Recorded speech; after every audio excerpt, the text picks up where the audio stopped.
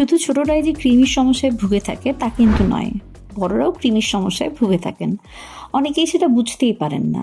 যেহেতু কৃমি সমস্যা হলে পেটে ব্যথা হয়, সেজন্য অনেকেই মনে করেন তেল মশলাযুক্ত খাবার খাওয়ার ফলে পেটে ব্যথা হচ্ছে।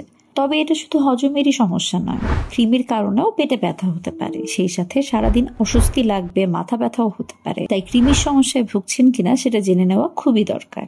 আজকের ভিডিওতে কথা বলবো কৃমির সমস্যা সম্পর্কে।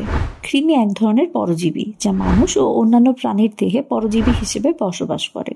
সেখান থেকে খাবার শোষণ করে বেঁচে থাকে এবং সেখানেই বংশ বিস্তার করে। মানব দেহে এই পরজীবীর কোনো প্রয়োজন নেই। এরা সাধারণত খাদ্যনালীর নিচের অংশে বসবাস করে, তবে কোনো কোনো ক্ষেত্রে লিভারেও আক্রমণ করতে পারে। মানব দেহে সাধারণত টেপওয়ার্ম ও হুকওয়ার্ম নামক কৃমি বসবাস করে এবং জটিলতা সৃষ্টি করে থাকে।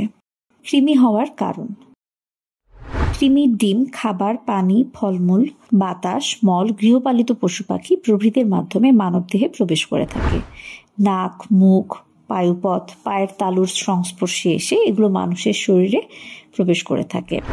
শরীরে প্রবেশ করে শুরুতেই এরা অন্ত্রে চলে যায় এবং পরবর্তীতে এরা শরীরের অন্যান্য অংশেও সংক্রমণ করে থাকে।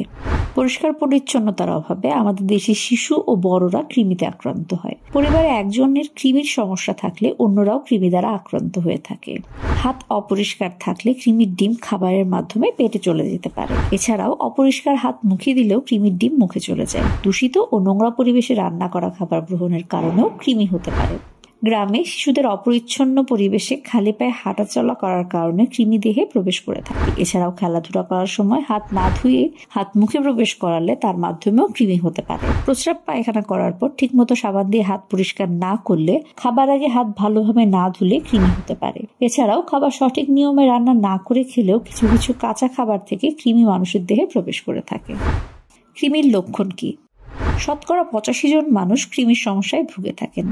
কৃমির লক্ষণসমূহ সবসময় উল্লেখযোগ্যভাবে প্রকাশ নাও পেতে পারে, তবে খুব ভালোভাবে পর্যবেক্ষণ করলে অবশ্যই লক্ষণগুলো চোখে পড়বে। কৃমি বলে যেসব লক্ষণ দেখা দেয় সেগুলো হলো: ওজন কমে যাওয়া, বমি বমি ভাব হওয়া, অস্থিরতা ও মেজাজ খিটখিটে হয়ে যাওয়া, পেট ফুলে যাওয়া, রক্তশূন্যতা হওয়া, বমি বা কাশি হওয়া, মলদারি চুলকানি হওয়া, চুলকানি থেকে ইনফেকশনও হয়ে যায়, মলের সাথে রক্ত যাওয়া, খাবারের রুচি কমে যাওয়া, খাবার হজমে সমস্যা হওয়া এবং কিছু কিছু ক্ষেত্রে ডায়রিয়া হওয়া, মিষ্টি জাতীয় খাবার খাওয়ার প্রবণতা বৃদ্ধি পাওয়া, অবসাদ এবং অল্পেতেই ক্লান্তি চলে আসা, মলত্যাগের সময় কৃমি দেখতে পাওয়া। কিছু কিছু ক্ষেত্রে ত্বকে অ্যালার্জিজনিত সমস্যাও সৃষ্টি হতে পারে।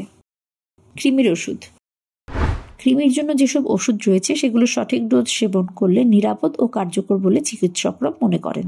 কৃমির ওষুধ খাওয়ার 2 থেকে 4 সপ্তাহ পরে প্রয়োজনে আবারও মল পরীক্ষা করে কৃমি আছে কিনা সেটা পরীক্ষা করতে হবে এবং প্রয়োজন হলে ডাক্তারের পরামর্শ নিয়ে দ্বিতীয় ডোজ ওষুধ খেতে হতে পারে।